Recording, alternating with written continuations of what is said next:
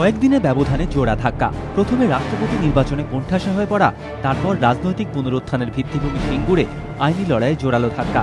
অস্বস্তিতে মমতা বন্দ্যোপাধ্যায়। মন্ত্রিসভার প্রথম বৈঠকেই অনিচ্ছুক কৃষকদের জমি ফিরিয়ে দেওয়ার মুখ্যমন্ত্রীর প্রতিশ্রুতি আপাতত বিষ বাউ জলে। পঞ্চায়েত ভোটের আগে যা তৃণমূলের কাছে অত্যন্ত উদ্বেগের বলেই মনে করছেন রাজনৈতিক পর্যবেক্ষকরা।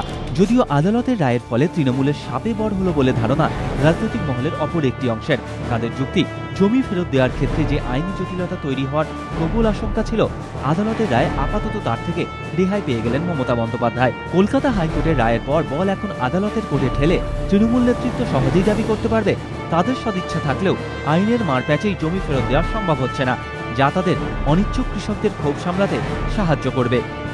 যদিও বিরোধীরা কিন্তু এত সহজে মুখ্যমন্ত্রীর সিঙ্গুর যন্ত্রণার উপশম হতে দিতে রাজি নয়। তাদের অভিযোগ, আইন কানুন খতিয়ে না দেখে তড়িঘড়ি সিঙ্গুর আইন প্রণয়নের পেছনে মুখ্যমন্ত্রীর একমাত্র উদ্দেশ্য ছিল রাজনৈতিক ডিভিডেন্ড লাভ। কৃষকদের চোখের জল মোছার কোনো সদিচ্ছাই তাঁর ছিল না। আমরা খালি বাধা দেওয়ার জন্য বাধা দেওয়া, বিরোধিতার জন্য বিরোধিতা আমরা বলিনি। আমরা বলেছিলাম যে আপনি জমি ফেরত দিতে চান দিন। আমরা যদি সরকার করতাম আমরা সেখানে শিল্পই করতাম, আমরা খুব সুনির্দিষ্টভাবে বলেছি। কিন্তু রায় আপনার পক্ষে গেছে, আপনি জমি ফেরত দিতে চান দিন। আপনি ইচ্ছুক অনিচ্ছুক এসবের মধ্যে ভেদাভেদ করবেন না, আর এইভাবে দেবেন না। এটা দিতে হলে আপনাকে জমি অধিগ্রহণ আইন তার একটা সংশোধন আনতে হবে। আদালতের রায় নিয়ে সরাসরি কিছু না বললেও কৃষক স্বার্থে লড়াই চালিয়ে যাওয়ার বার্তা দিয়েছেন মুখ্যমন্ত্রী। ফেসবুকে তিনি লিখেছেন, সিঙ্গুর আইনে আমি কোনো মন্তব্য করব না। আমি সারা জীবন ধরে কৃষক, মেহনতি মানুষ, গরিব এবং পিছিয়ে পড়াদের জন্য লড়াই করেছি। আমি ক্ষমতায় থাকি বা না থাকি, তাদের প্রতি আমার দায়বদ্ধতা অটুট থাকবে। তাদের স্বার্থে আমি লড়াই চালিয়ে যাব। গণতন্ত্রের প্রতি মানুষের আস্থায় শেষ পর্যন্ত জয়ী হবে। আইনি লড়াই চালিয়ে যাওয়ার কথা জানিয়েছেন শিল্পমন্ত্রীও।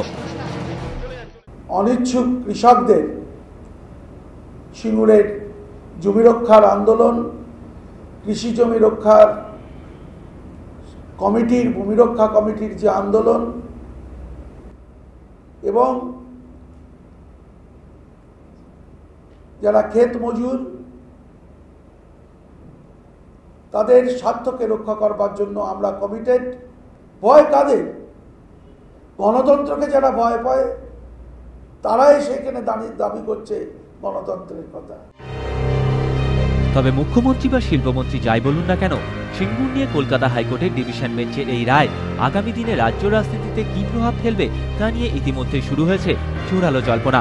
রাজনৈতিক পর্যবেক্ষকদের একাংশের মতে 13 মাসের সরকারের আমলে মমতা বন্দ্যোপাধ্যায়ের কাছে এটাই এখনো পর্যন্ত সবচেয়ে বড় ধাক্কা, যাকে নন্দীগ্রামের গুলি চালনার ঘটনাকে হাইকোর্টের অসাংবিধানিক আখ্যা দেওয়ার ফলে সিপিএম এর ধাক্কা খাওয়ার সঙ্গেও তুলনা করছেন অনেকে। পাশাপাশি 2008-এর সিঙ্গুর থেকে পরিবর্তনের যে ঝড় উঠেছিল, তাও আগামী দিনে কতটা বজায় থাকবে তা নিয়ে কৌতূহলী রাজনৈতিক মহল।